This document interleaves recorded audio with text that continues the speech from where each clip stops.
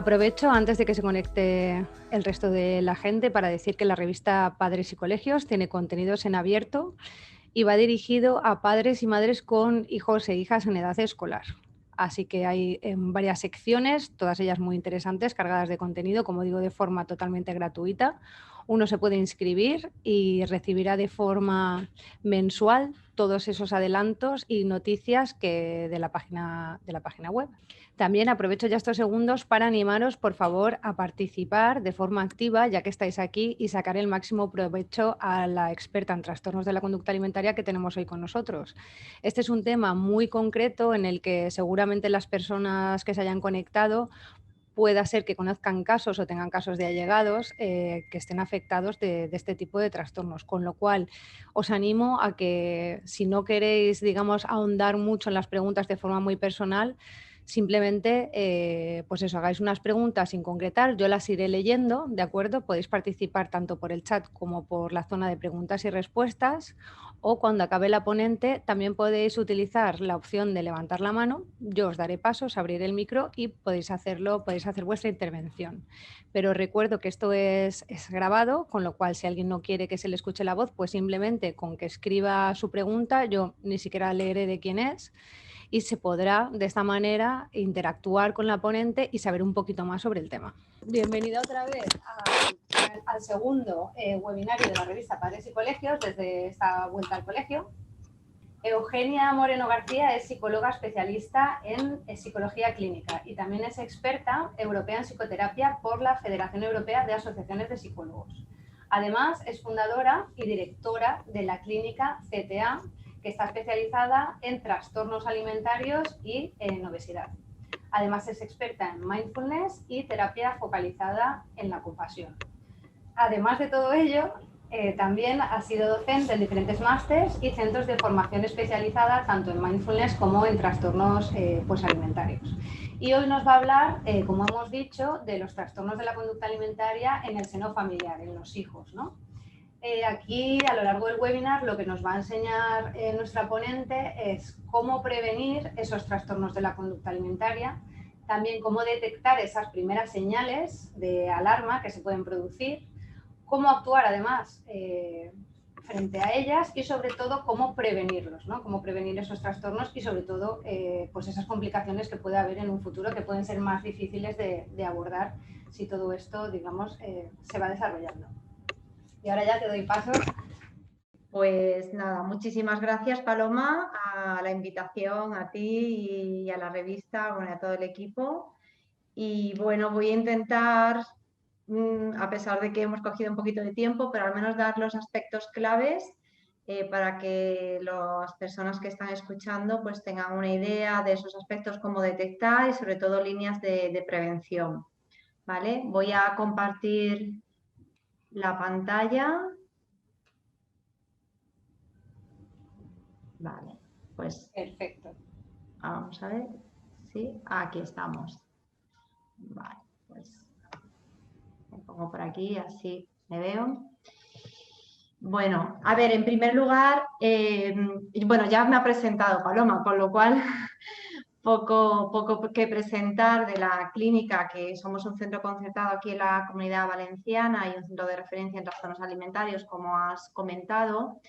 Y bueno, pues que yo ahora mismo pues soy la directora, pero represento a un conjunto de profesionales que trabajamos codo con codo, día a día, intentando ayudar a los pacientes y a las familias. Trabajamos mucho con las familias pues para ayudarles a recuperar la salud física y psicológica y que, bueno, pues que recuperen su vida, ¿no? La normalidad de su vida, porque por desgracia el trastorno alimentario pues altera, ¿no? De una manera significativa, ¿no? Trabajamos fundamentalmente lo que son los trastornos alimentarios y la obesidad, pero también trabajamos porque bueno, cada vez nos vemos con diferentes perfiles de pacientes, nos vienen muchas dudas de jóvenes, de madres que nos plantean que sus hijas quieren hacerse veganas, que quieren ayudarles a que puedan hacer cambios en la alimentación, tema de hábitos alimentarios o incluso trabajar aspectos otro tipo de aspectos más psicológicos, de autoestima, de dependencia, pérdidas de peso de una manera saludable. Es decir, que nuestro ámbito está en la intervención y el tratamiento, tanto en trastorno alimentario y obesidad, pero también trabajamos en otros ámbitos a lo mejor no tan específicos del propio trastorno, ¿no? Incluso en prevención y en formación. Consideramos que es clave prevenir y dar pautas para evitar el desarrollo de un trastorno alimentario. Siempre recogemos a las familias o a las personas que nos orientan con una visita informativa que es gratuita para poder asesorar y recoger la información.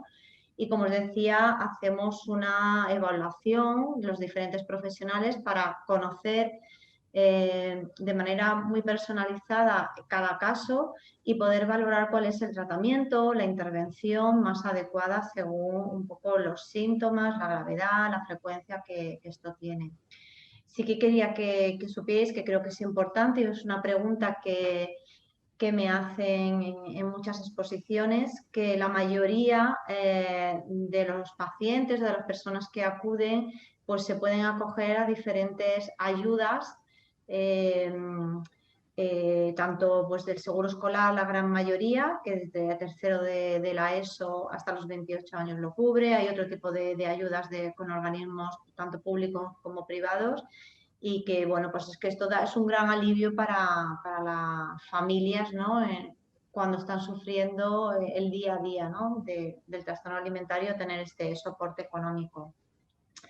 Y un poco lo que quería plantearos, como veis aquí, es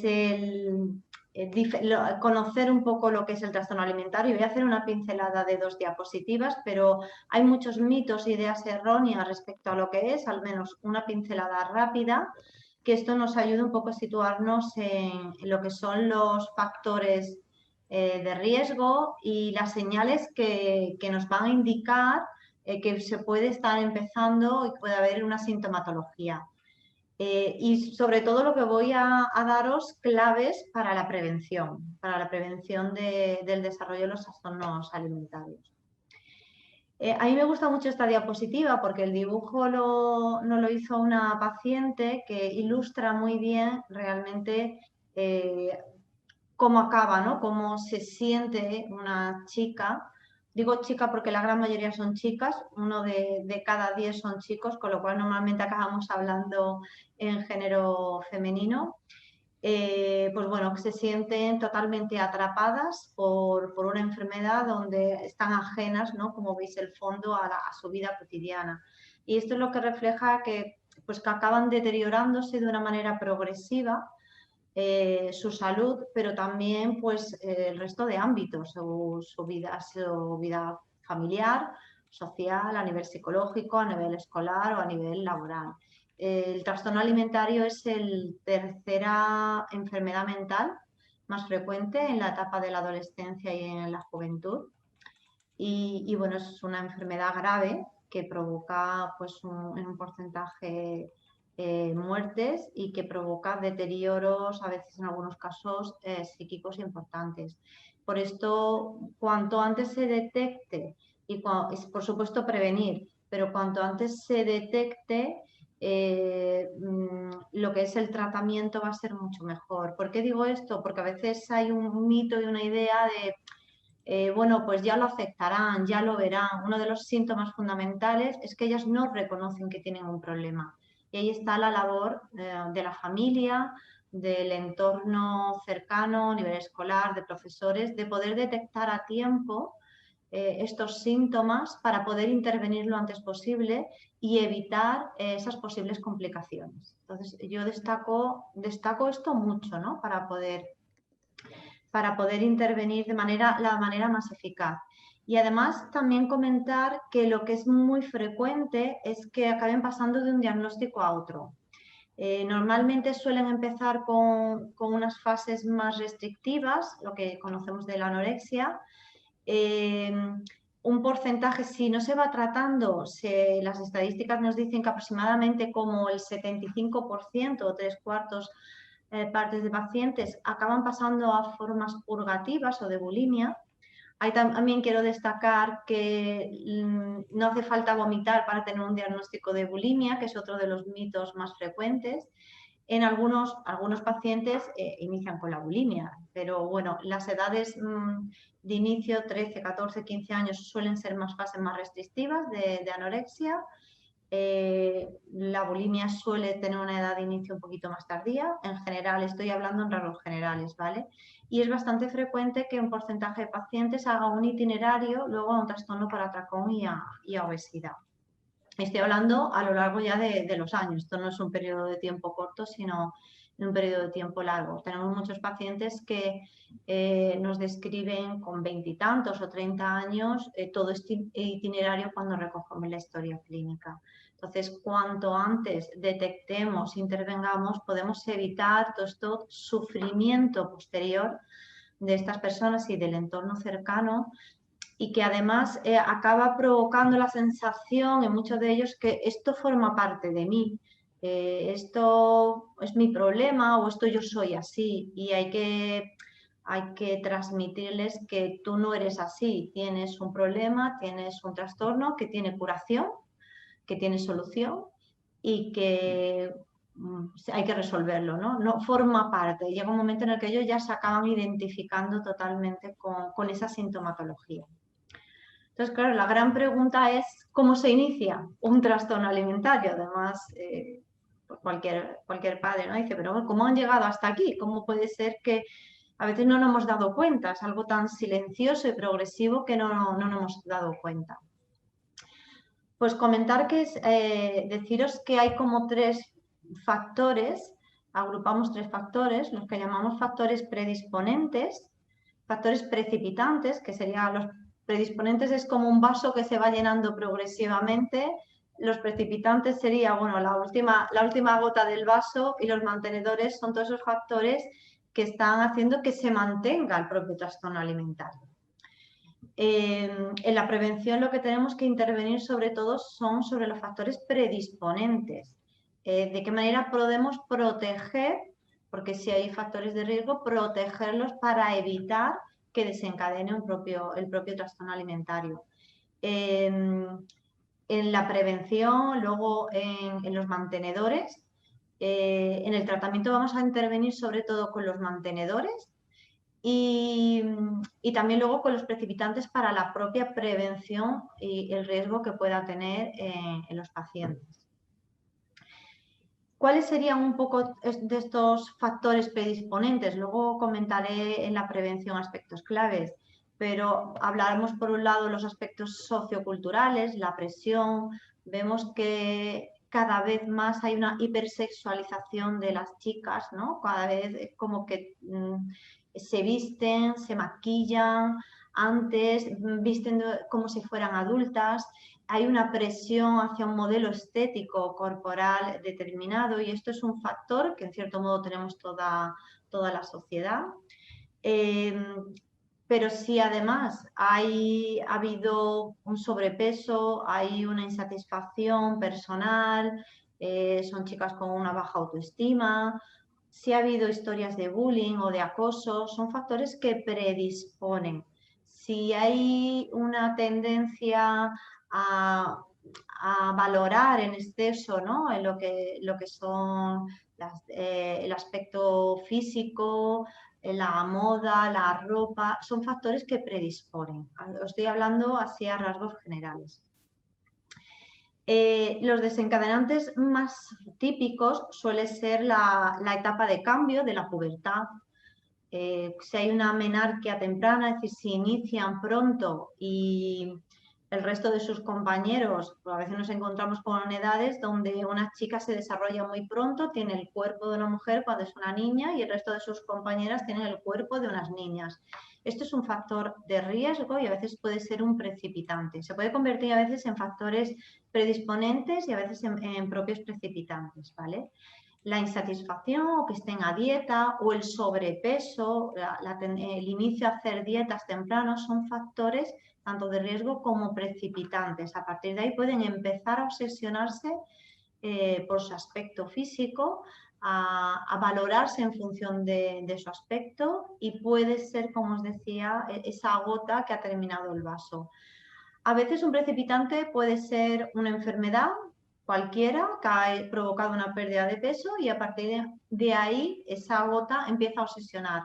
En algunos casos vemos pues chicas que se han ido verano, típico, un viaje, me voy fuera, cambio de hábitos alimentarios y es precipitante, o situación de estrés, de exámenes. Como veis, hay muchos factores precipitantes diferentes en cada persona. Y luego los propios mantenedores, uno de los más típicos es el refuerzo social. Normalmente cuando una chica pierde peso, el comentario es, ¡ay, has perdido peso! ¡Qué bien te veo! ¿No? Es algo como un refuerzo y una valoración positiva, ¿no? ¿Qué fuerza de voluntad has tenido? El propio estado de malnutrición o desnutrición va a afectar en el estado de ánimo, en la obsesividad, en la preocupación, en la insatisfacción. Y ahí, bueno, pues suele ser, entre otros, los factores que acaban manteniendo el propio trastorno alimentario que tenemos que luego ir interviniendo. Con lo cual, ¿qué señales? Voy un poco rápida, pero bueno, supongo que luego las dudas, no sé si luego dudas y comentarios que podáis tener al respecto lo comentamos al final. Porque me quiero centrar bastante en lo que son las señales y en la prevención, en aspectos de prevención. ¿Qué señales podéis tener en casa que indiquen que se puede estar iniciando? Pues un comentario muy típico de los padres es que le ha cambiado el ánimo, es que ya no es ella, ya no es él, ¿no? Es como que está más irritable, más irascible, se aísla, antes era cariñosa y nos hablaba y ahora pues tiene más dificultad en el contacto. Si alguien le hace alguna valoración, pues la niega, ¿no? Y los comentarios como que la ven con un poco, que se valora muy poco, con una baja autoestima y que muy preocupada por su aspecto físico. Y que empiezan, ¿no? Un poco como a pérdidas de peso, fluctuaciones, que empiezan a pesarse a lo mejor un poquito más, puede aparecer una pérdida de la regla, en algunos casos, no quiero que parezca que siempre es así. Hay casos donde sí que empieza a aparecer la regla o ciertas irregularidades, como que tiene más frío, más cansancio, o incluso se puede ver si hay una pérdida de peso significativa como que están muy activas. En algunos casos se puede ver como que hay una hiperactividad. Cuando hay una pérdida de peso significativa vamos a ver una hiperactividad y puede aparecer cierto lanugo, el vellito este finito en algunas zonas del cuerpo. Las callosidades en los nudillos es un síntoma de que están vomitando. Lo que pasa es que es cierto que en redes sociales esto ya se dan 100.000 trucos para no mostrar señales y cada vez vemos menos las callosidades, el signo de Russell. Es muy frecuente a nivel conductual pues esa tendencia a cambiar de hábitos alimentarios. Me quiero hacer vegana o vegetariana, que es ahora como que está muy de moda, porque son mis creencias. Puede ser, ¿no?, como la vía a través del cual empieza a justificar esos cambios de hábitos alimentarios, se empiezan a pesar, puede incluso a cocinar mucho. Pero quieren seguir perdiendo peso, aunque lo nieguen, pero hay una pérdida de peso o ciertos cambios de hábitos. A lo mejor puede ser que estén teniendo descontroles y falte comida, ¿no? Y puedan utilizar desde beber mucha agua o beber poca, consumo de chicles, evitar comidas familiares y sociales. Yo ya como sola, o yo ya he comido con los amigos, como rehuir en cierto modo, momentos donde hay comida, eventos o comidas que llamamos comidas sociales, incluso con la familia, justificar que ya he comido y vosotros no estabais, o he comido con una amiga, y entonces pues muy fácilmente pueden pasar ingestas. Si no comen en casa al mediodía y la noche la justifican, pues a veces nos podemos encontrar que no están haciendo prácticamente ninguna ingesta, o lo hacen delante de los familiares, pero el resto del día no han hecho ninguna ingesta o están teniendo descontroles. El confinamiento ha favorecido para muchas familias al poder ver y ser conscientes de los hábitos alimentarios o de los problemas que podía haber, ¿no? en algunas de estas chicas. Otra conducta típica puede ser esconder comida, que haya restos de comida en la habitación, que empiecen a hacer más actividad física. En el confinamiento era como que hay que moverse, ¿no? Dicen en la tele que hay que hacer ejercicio, que es bueno, pero muchas familias nos comentaban, bueno, una cosa es hacer un poco de ejercicio, otra cosa es que están haciendo horas y horas. Se pueden esconder, hacer ejercicio o incluso encerrarse en el baño para hacer ejercicio o para vomitar, para compensar. Es decir, van a aislarse para intentar hacer algún tipo de conducta. Entonces hay que estar supervisando y controlando si puede estar sucediendo algo de esto. Con todas estas conductas, fijaros, a mí me gusta esta diapositiva porque muestra un poco que el trastorno alimentario es un iceberg. Entonces, en la punta del iceberg lo que tenemos lo que es el síntoma alimentario, que tenemos que intervenir sobre él al principio, pero que intervenir en el trastorno alimentario tenemos todos estos síntomas que he estado comentando, pero también todos esos factores que decía antes, mantenedores, predisponentes y desencadenantes. Todo lo que no vemos debajo del iceberg serían todos esos factores predisponentes que han estado ahí en la base y que tenemos que intervenir. Aquí tenéis un poco todo el trabajo que hacemos, ¿no? A veces el miedo al rechazo, la autocrítica, la gestión emocional, su autoimagen positiva, la relación consigo misma, la relación con los demás, porque a veces pueden tener dificultades en las relaciones con los demás, cierta ansiedad social. Todos esos aspectos son los que están en la base. Y intervenir en el trastorno alimentario implica intervenir en el síntoma, que sería lo que es la punta del iceberg, lo que vemos, pero también tratar el trasfondo. No se resuelve en que ya come o han llegado a un determinado peso. Si no resolvemos todo el trasfondo del trastorno alimentario, todos los factores que están en la base, el riesgo de recaída es muy elevado, ¿no? Y bueno, lo fundamental, como os decía al principio, es poder prevenir, ¿no? Realmente, ¿qué podemos hacer para prevenir que no aparezcan, ¿no? los trastornos alimentarios? Pues hablaríamos como diferentes aspectos. Primero, lógicamente, si hay estar detectando y ser conocedores de las posibles señales de alarma, pero sobre todo lo que quiero transmitiros es la importancia de aprender y fomentar unos buenos hábitos alimentarios. Son fundamentales, son un factor de protector clave. Las dietas son un factor de recaída, un factor desencadenante importante en los trastornos alimentarios. Y trabajar una adecuada autoestima y una adecuada identificación y expresión emocional. Serían como los principales factores claves que se trabajan en la prevención. Cuando se habla de prevención, cuando se hacen programas de prevención con los chavales y chavalas, no se habla del trastorno alimentario, sino lo que hay que intervenir son en los hábitos, en la autoestima y en la expresión emocional. Son los aspectos claves que hay que intervenir. A nivel de hábitos, pues estos 4 puntos que os voy a desarrollar ahora. Pues con el ejemplo a nivel familiar, el trabajo en familia, cómo comer en familia, establecer los horarios regulares de las 5 ingestas y trabajar la variedad y la cantidad. El tema del ejemplo es que, bueno, primero nos tenemos que plantear qué comemos en casa, qué tipo de alimentos estamos comiendo, cuánto comemos, si somos de comer ayunos o hacer comilonas, pero como he comido luego me salto, es decir, somos el ejemplo y somos el modelo. Muchas chicas nos dicen, pero es que mi madre no cena. Entonces, bueno, ahí, claro, ¿cómo le argumentas, no? Esto y la familia tiene que ver la importancia, ¿no? del ejemplo. Lógicamente, luego hay dietas específicas por circunstancias de cada uno de los miembros de la familia, que esto también tiene que entenderlo los hijos, ¿no? El cómo comemos, si comemos rápido porque estamos estresados, si comemos de pie o sentados en la mesa, si hay horarios regulares, si nos sentamos todos a comer, si hay hambre o no hay hambre, si paramos porque nos sentimos saciados, si podemos o hay que comerse el plato completo, sea lo que sea.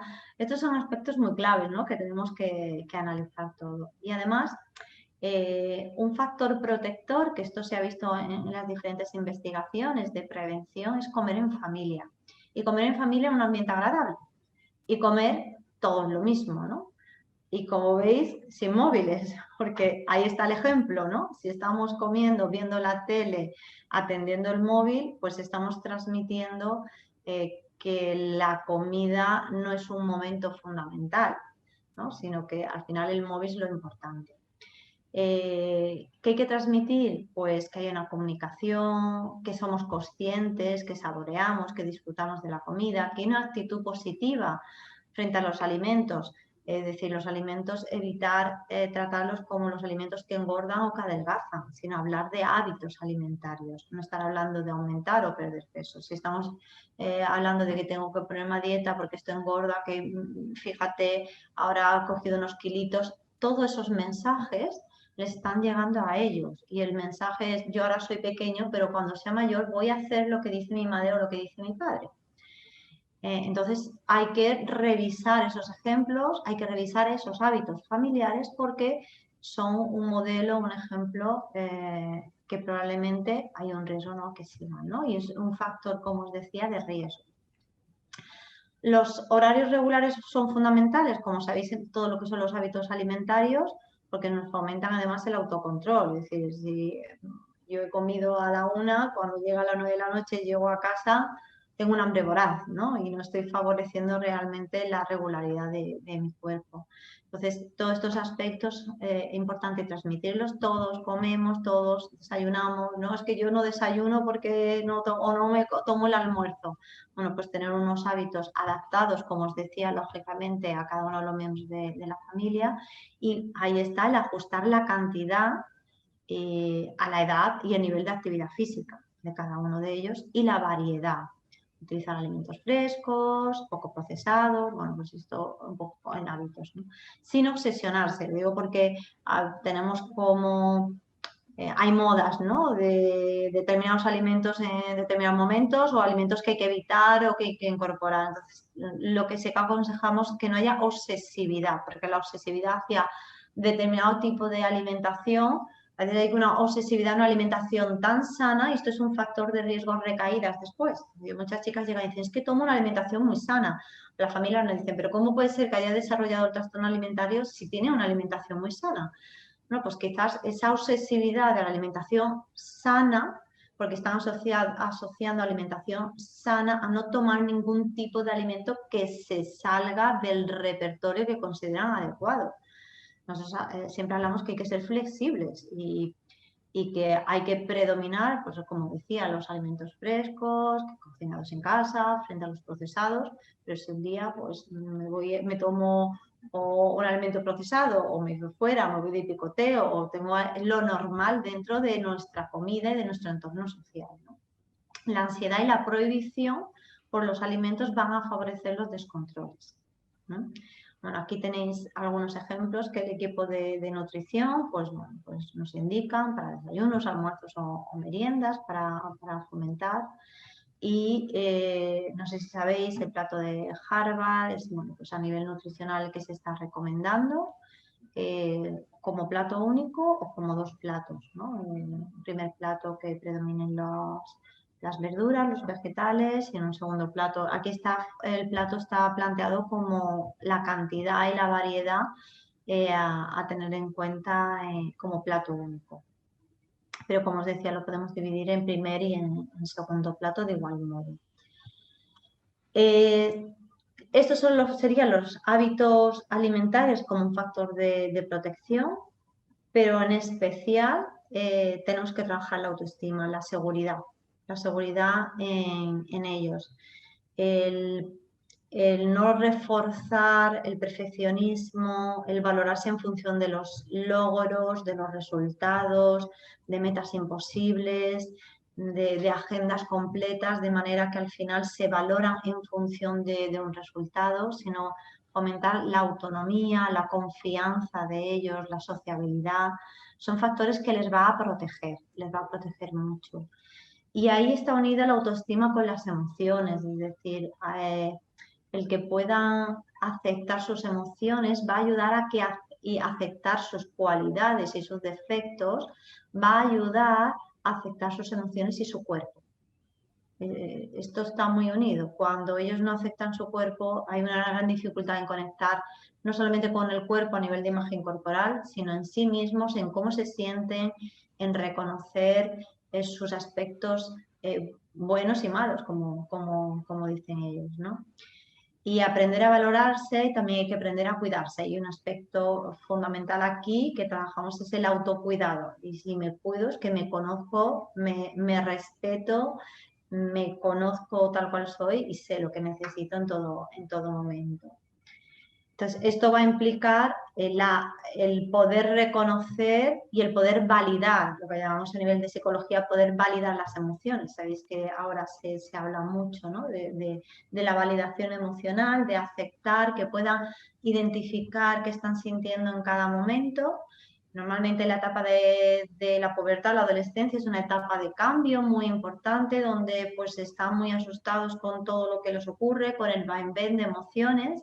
Y la familia es un lugar, son las personas, ¿no?, que pueden ayudar y ser el modelo de esa regulación, de protección y de contención emocional. Entonces, esto es un factor muy clave y un factor, como os decía, que nos va a ayudar tanto en la autoestima, en esa autoimagen y en la prevención.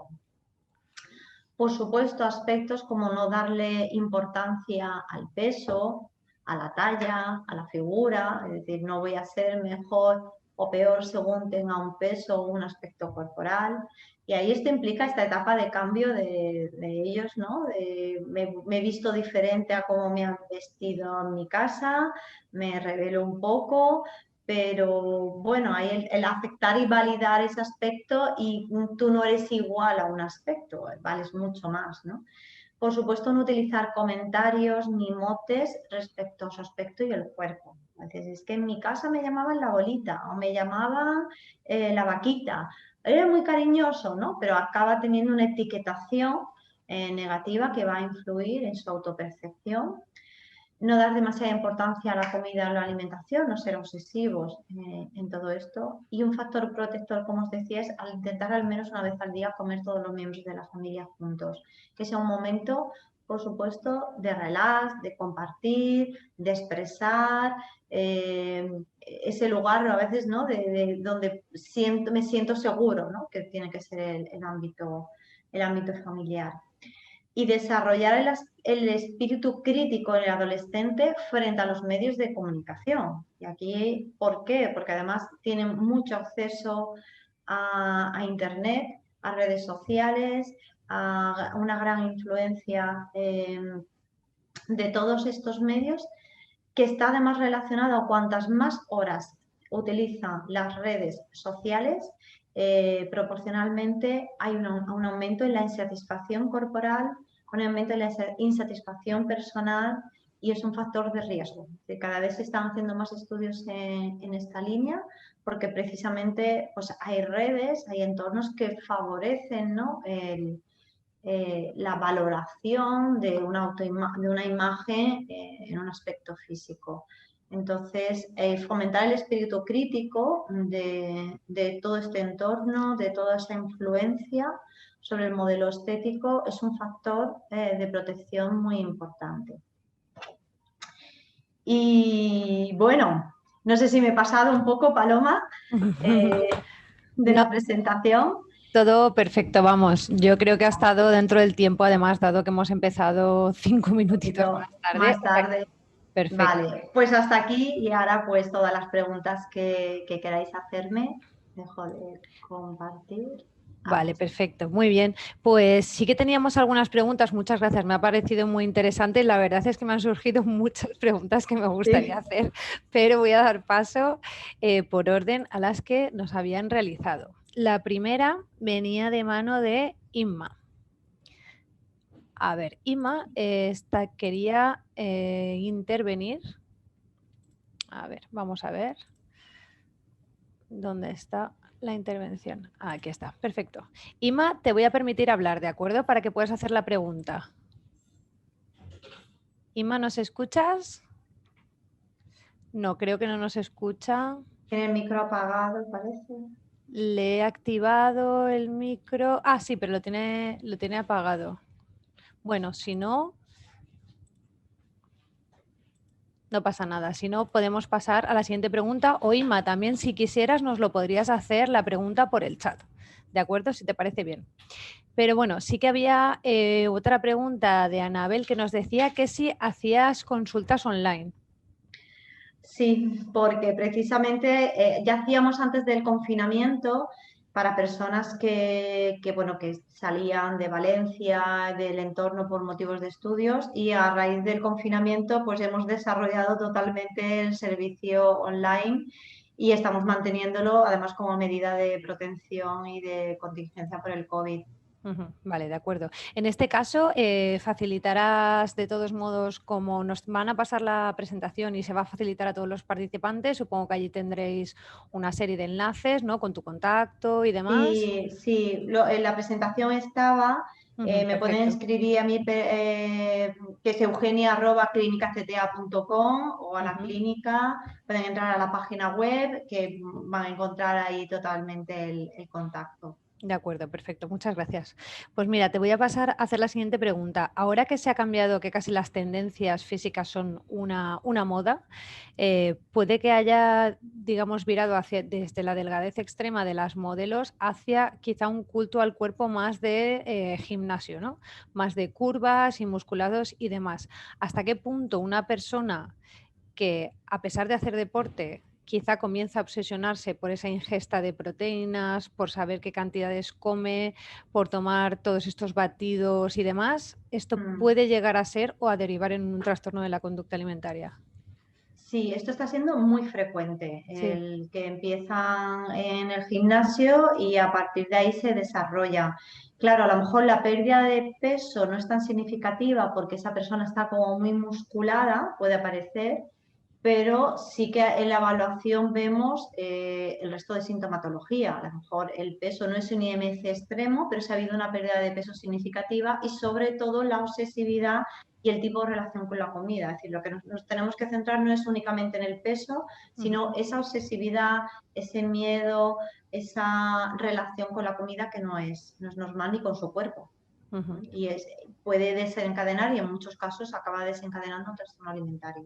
Claro, ni para un extremo ni hacia el otro, ¿no? Todo lo que sea. Efectivamente. Sí, es cada vez está habiendo más, dentro de los síntomas, la actividad física excesiva es muy frecuente y la obsesión y la dependencia hacia el gimnasio y hacia el deporte es muy, muy frecuente en estos trastornos alimentarios. ¿Y ahora esto se ve entre jóvenes o también entre adultos? A ver, nosotros vemos fundamentalmente más el perfil joven, Claro. adolescente joven, pero bueno, es el perfil más de riesgo. Claro, efectivamente. Realmente. Muy bien. A ver, más preguntas. Si queréis, ya sabéis que podéis utilizar el chat. Vale. Pues voy a hacer la siguiente pregunta. Cuando una persona sufre ansiedad, ¿no? Hay veces que es algo como que se comenta, uy, pues cuando tengo ansiedad suelo comer mucho, ¿no? Me da por comer o por tener una ingesta casi excesiva. ¿Esto en qué momento se puede convertir en algo preocupante o de qué manera se podría, por así decirlo, encaminarlo hacia otro sitio, gestionarlo de otra manera?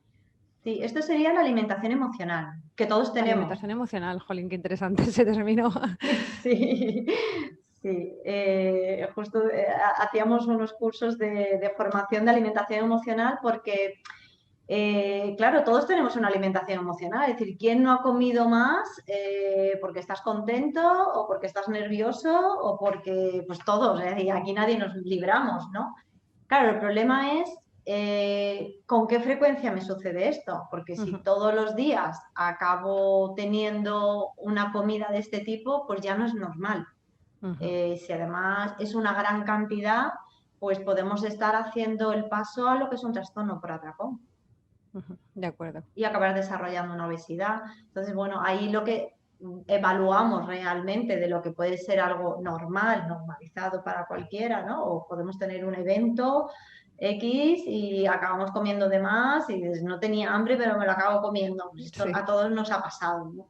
A veces hago el huequecito este del postre porque tengo ganas de probarlo. sí. Pues son conductas normales. Ahora, ¿con qué frecuencia, con qué intensidad se está realizando esta conducta? Pues puede acabar desarrollando un trastorno alimentario. Muy bien, frecuencia e intensidad. Mm. Perfecto. Vamos a ver, tenemos otra pregunta. Vale, nos preguntan, una niña de 9 años que se ha descargado una app, una aplicación para el móvil, entiendo, de cómo perder grasa abdominal y quiere hacer los ejercicios, quiere llevarlos a cabo. Esto sería una señal de alarma y luego termina, come de todo, a ver, perdona, come de todo y lo que le apetece sin restricciones. Mm. A ver, es una señal de alarma porque con 9 años que esté preocupada por su aspecto de una manera ya tan específica, ya tiene una información como muy específica de que quiero quitar grasa. Habrá que ver cómo se ve, cómo se siente ella con su cuerpo para haberse descargado una aplicación en ese sentido. ¿Quién le ha dado esa información? Porque con 9 años que haya hecho esto es ¿de dónde ha sacado esa información? ¿Para qué está utilizando? Entonces, yo sí que preguntaría, sondearía un poquito más, eh, porque es un indicador de que algo le preocupa. Muchas veces cuando tienen estas edades todavía no manipulan la alimentación, porque, bueno, pues todavía no se les pasa, pero empiezan con la insatisfacción y con cierta preocupación. Entonces hay que ver qué les preocupa, qué le pasa, transmitirle, valorar sus aspectos positivos y que no sea su cuerpo, ¿no?, la manera de sentirse segura o de sentirse bien. De acuerdo. Y en este caso, supongo que, por supuesto, intentar hablar con su hija y si la hija no diese información, ¿qué otras fuentes tenemos para poder llegar a conocer un poco de una forma más profunda si esa hija no quiere hablar de ello directamente? Hombre, yo creo que con 9 años Se, se es puede, fácil, es decir, yo creo que es fácil tener, no es lo mismo un niño con 9 años que una chica con 15 16 que quizás claro. ya es más reticente, ¿no? Es decir, si está con 9 años, pues ¿quién te lo ha dicho? Que no sea de una manera muy impositiva Muy ni bien. detectivesca, ¿no? Sí, Sino, bueno, oye, ¿y esto y por qué? Que con cierta curiosidad, acercamiento, curiosidad, es la mejor manera de acercarnos y poder tener esa información y transmitirle. Creo que en este caso hay que transmitirle lo valiosa que es y que no es necesario, pero sobre todo el para qué, ¿no? Me claro. interesaría mucho saber por qué. Vale, muchas gracias por la respuesta. A ver, tenemos otra pregunta. Me gustaría preguntar si el tratamiento es diferente al tratarse de una persona que se encuentra por primera vez en una situación de trastorno alimentario y una que yo lo ha pasado alguna vez, pero que tiene recaídas. ¿El Ujú. tratamiento se centra en los mismos aspectos o por el contrario se focaliza en diferentes según el caso? A ver, cuando ya un paciente lleva un itinerario de tratamiento, claro, una de las primeras preguntas es saber si ha habido un itinerario de diferentes tratamientos, si es una recaída, qué tipo de intervención han tenido, qué le ha sido útil. Y lógicamente, si ha habido una recaída, hay que ver qué factores han provocado la recaída, porque son sobre los que hay que trabajar y sobre los que hay que intervenir realmente, ¿no? Si hay esa recaída es que hay aspectos que no está pudiendo manejar el paciente. Nosotros trabajamos de una manera muy personalizada realmente y hay que estudiarlo en función del caso. Ujú. Mm. Perfecto. Nos pregunta otra persona. Buenas tardes. ¿Cómo hacer conscientes a los mayores de evitar ciertos comentarios sobre el peso, malos alimentos, etcétera? Cuesta mucho hacerles cambiar y pone entre paréntesis, abuelos. Sí, sí que es cierto. A veces nosotros incluimos a los abuelos en el tratamiento porque hay niños que comen en casa de los abuelos, ¿no? Y pasan bastante tiempo. Pero es complicado porque para ellos su manera de entender la alimentación es muy diferente en las nuevas generaciones o entender el cuerpo. A veces nos encontramos que que hay abuelos que, pues chica, que cuanto más gordita estás mejor y estás más guapa, o a veces todo lo contrario, ¿no? Entonces, si ellos con esa edad ya es difícil manejarlo, lo que hay que hacerle entender a los hijos es que los abuelos, bueno, pues tienen su manera de ver el mundo. Ellos suelen aceptarlo y comprender, ¿eh? Yo en general, porque como os digo, trabajamos mucho con la familia, con el entorno familiar y con los abuelos, normalmente las chicas entienden mucho como cuando preparamos situaciones de, vale, comida familiar este fin de semana en casa de los abuelos, que es una cosa muy típica, ¿no? Sí. Vamos a comer la paella y tal, y preparamos cómo lo vamos a hacer. Bueno, y la abuela, comentario de la abuela. Hay etapas donde dices, bueno, más vale, vamos a protegernos porque la abuela o el abuelo van a hacer este comentario, pero luego ellos lo entienden, como que los abuelos, pues son los abuelos, ¿no? Si ya hemos intentado y no podemos, pues tenemos que aceptar que ellos lo ven así, pero que la chica pues tiene que hacer sus hábitos, sus conductas, sus cosas, indiferentemente de lo que vean. Muy bien. Mm. Claro, a veces es difícil, ¿no? Esas figuras que son tus referentes, figuras de apego y demás. Entiendo la pregunta y la preocupación. Sí. Vale. A ver si hay alguna pregunta más. Yo quería hacerte otra pregunta. Iba referida a una moda, ¿no? ¿Cómo podemos evitar que las redes sociales o algunos famosos que comienzan como modas, como una que está últimamente muy en boca de algunos, que es el ayuno intermitente, y que esto puede llevar a malinterpretarse? Quizá puede ser que un médico lo recomiende para algo en concreto, lo desconozco, pero ¿cómo evitar que puedan llegar a seguir esta serie de modas llevados por sus figuras, ¿no? Figuras. Sí. Ahí está la parte, como te decía, de fomentar un aspecto crítico. Ujú. ¿Vale? Muchas chicas te dicen, vale, bueno, la gente dice que hace esto, pero luego realmente qué consecuencias tiene realmente. Nosotros lo que hacemos es explicarle las consecuencias en su organismo que va a tener un ayuno intermitente, los riesgos que tiene. Es decir, el riesgo es que si no es ahora, en determinado momento acabes teniendo ciclos restrictivos, ciclos de descontrol. Esto es un factor de riesgo. O que acabes obsesionándote y no estás teniendo una relación con la alimentación de una manera saludable. Entonces, generar esa parte crítica con todos los medios de comunicación, con los famosos, es muy importante. Es como, porque sean famosos no significa que sea la verdad absoluta. Vamos a ver, ¿no? todo lo que hay detrás. A veces pues cogemos anuncios publicitarios, analizamos con ellas las diferentes dietas y se le explica desde un método, hay que explicarle desde una forma científica todos los pros e inconvenientes que tiene y todos los riesgos que tiene este tipo de conductas y de hábitos y de comentarios que hacen esas personas conocidas. Uh-huh. Tenemos por aquí, mira, otra pregunta. ¿En vuestra clínica se da la posibilidad de colaborar con otros profesionales? Es decir, ¿mi psicólogo podría colaborar con vuestra clínica a la hora de llevar un caso? ¿Vosotros aportáis la parte nutricional y mi psicólogo sigue el caso? ¿Esto podría darse? Sí. A ver, normalmente tenemos todo el equipo, pero sí que trabajamos con otros profesionales en coordinación. Sí que es importante, trabajamos con muchísimos psiquiatras que nos derivan pacientes, con nutricionistas, con psicólogos y pues, muchos nos dicen, mira, yo he trabajado hasta aquí, o este aspecto. Hay que hacer mucha coordinación con el resto de profesionales para poder llevar el caso, pero sí que lo hacemos. Perfecto. Vale. Pues no sé si alguien tiene una última pregunta, pero me gustaría hacer una de un caso que me planteó una mamá, y creo que más o menos ha podido entrever tu opinión, pero quiero preguntarte directamente. ¿Cómo haríamos para un caso que también es preocupante, ¿no? La obesidad infantil, que es una realidad? ¿Cómo haríamos si un hijo o una hija tiene un problema, digamos, de obesidad y el médico recomienda que ha de adelgazar o ha de perder pesos simplemente por un problema de salud, para transmitirle eso al niño o a esa niña sin herirle y sí que se pueda llegar a obsesionar por tener un trastorno, poder padecer un trastorno de la conducta alimentaria o sufrir de su autoestima, ¿no? En ese sentido. Sí, ahí hay que trabajar muchísimo la autoestima con ellos, que Claro.